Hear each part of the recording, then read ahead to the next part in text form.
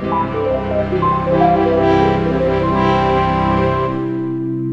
Chord Whisperer. Okay. Rock. Rock. Rock is an interesting one to me, actually, because like I feel like guitars are essential in rock, but rock is such a we'd really need a decade, wouldn't we? Yes. Ideally for rock. Because there's rock and roll. Yeah. And then there's sort of Metallica. Yeah. And then there's Queen and there's Meatloaf. Yeah. And there's Elton John. It's like they are so different. And then there's Muse, and it's just like wow, okay, yeah, rock. It's like jazz, isn't it? Yeah. Should we do an era? Okay. What should we do? Well, I mean, 50s, so Elvis. Mm-hmm. So, I mean, that's basically blues. Yeah. It's a 12-bar blues.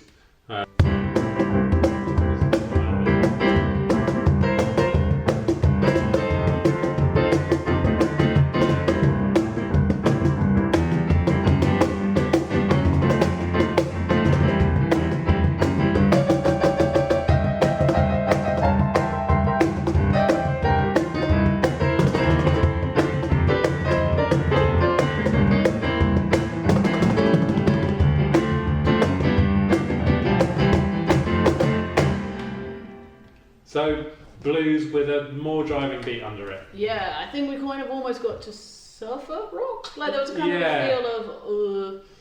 Yeah, we definitely played about 2 or 3. Yeah, the main rock difference was then. the switch between the swung and the straight. Yes. When we went to more Elvis, it's just more driving forward. Yeah. And continuing down that road, we got more and more driving. Yeah, it's true, and I guess that's kind of what defined that shift into rock and roll. Is that kind of more like, I want to dance, I want to be free, I want to do something different. Whereas when you have a swing rhythm, it does slow you down and trip you up a little bit. Maybe I'm making it up. One day we could almost write a whole list of rocks. How the evolution of rock, my goodness. just done in 3 minutes or 6 minutes. Well, too much fun. Yeah, and then so that's sort of 60s, and then so like glam rock, often makes me just freeze and go like, I'll just play rock. So then we've got pianos, lots of pianos that are in there, and I'll often choose a slightly brighter piano. I don't know if that's cheating, because when you're on the piano you can't choose to make it brighter. But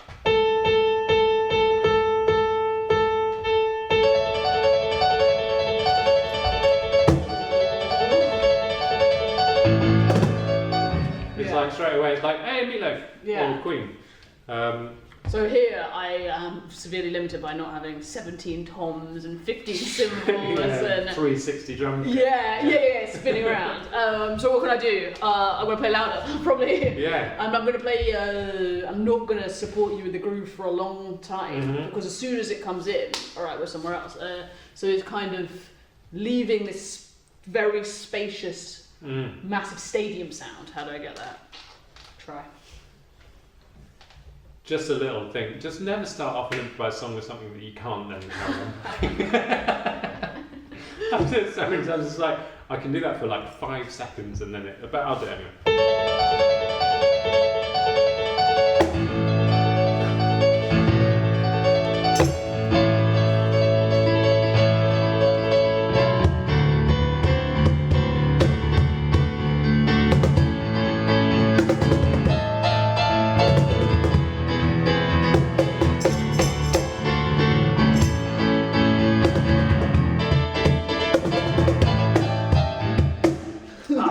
Quite get there. And then his hands fell off. Yeah. Spacious. I think space is coming out as a real theme to me. Sometimes we want things to feel crammed, but you're doing a lot of notes there, but because it's the same notes coming around and around and around, it doesn't feel overwhelming. It feels like, this is sitting in this box up here, and even though it's hard for you to keep it going, maybe for us it's very pleasing to listen to. Yeah, it's kind of like, oh, that's fine. I guess. Yeah, you don't notice it. Draw too much attention. Rock also has the rock ballad, and that's a huge part of rock. And so then we can go.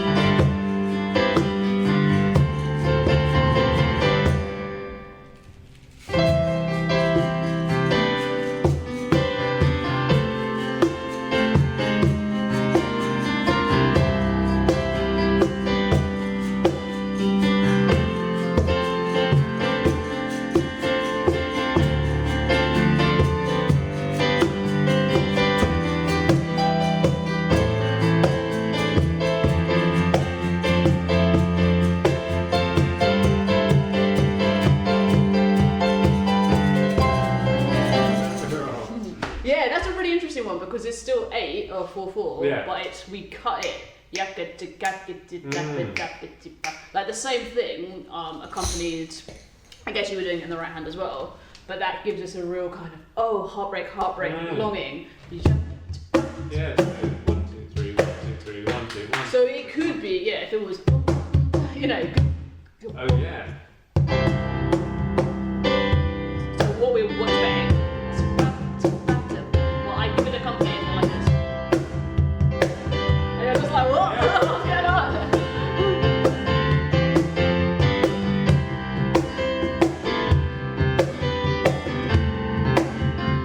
Yeah, that's So true. it's got a real kind of, and I think it's the ballads generally are. We're focused on the quaver subdivisions a lot more. Like a lot of 680 type things are love songs. Yeah. Yeah. Yeah, To that's say. fair. Often in rock as well, I'll just go.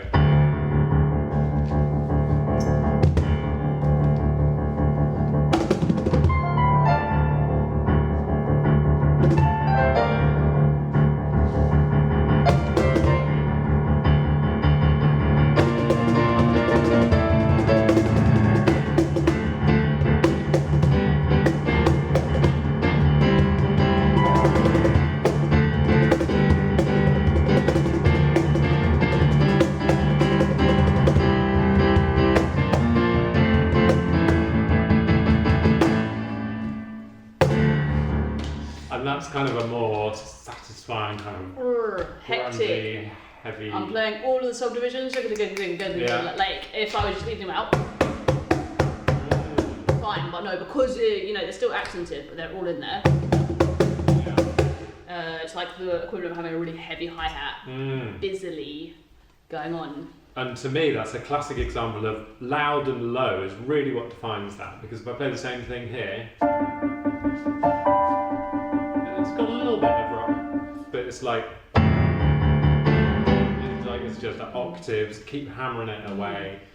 But guitars and so in actual fact, I would go straight to like turn on all the buttons that I can find, give it a tempo that I'm happy with, and then just. That's not even on my part.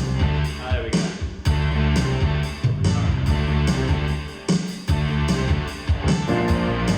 And then I don't have to do it.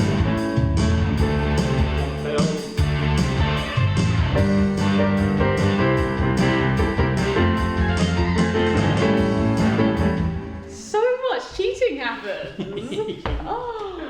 Yeah, it follows my chords and everything for me. I know, but it's that thing, isn't it? When a genre is defined by the instruments, it's like if you can, use it because that's it. Then my work is done. To be honest, in my line of work, then I can focus on what's happening. Yeah.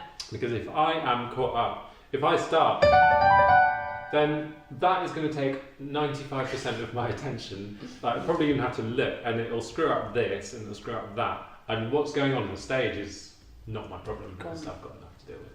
Yeah. So if I can press a button and just be like, chord.